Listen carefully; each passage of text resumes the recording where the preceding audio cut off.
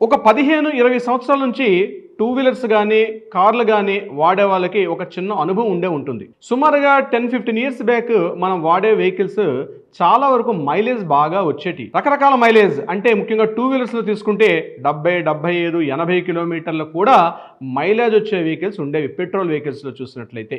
అదేవిధంగా కార్ల యొక్క పెట్రోల్ కార్లు కూడా 35, 40 కూడా మైలేజ్ వచ్చే వెహికల్స్ బాగా ఉండేటియి.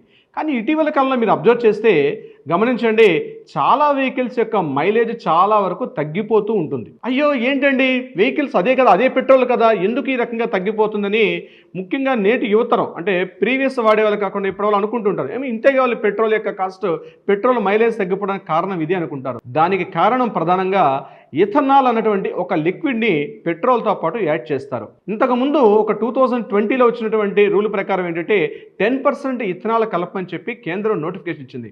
ఎందుకు ఇథనాల్ కలుపుతారు? పర్యావరణ పరిరక్షణ కోసం.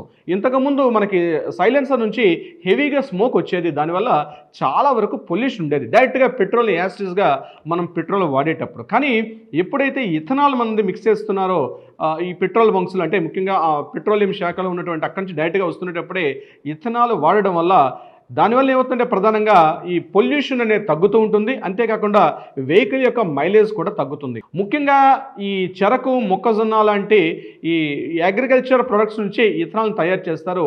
ఇది చాలా చోట్ల హైదరాబాద్ చుట్టుపక్కల ప్రాంతాల్లో కానీ, ఏపీ, తెలంగాణలో చాలా చోట్ల ఇథనాల్ పరిశ్రమలు కూడా పెట్టుతున్నారు.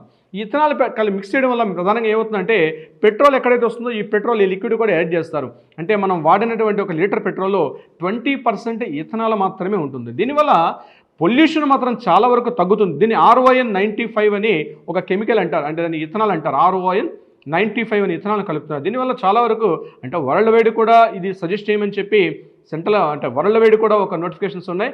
దానిలో భాగంగానే సెంట్రల్ గవర్నమెంట్ కూడా నోటిఫికేషన్ రిలీజ్ చేశారు. ఇది మొన్న రీసెంట్ 23 నుంచి ఇథనాల్ యొక్క వినియోగం ఎక్కువ పెరిగింది.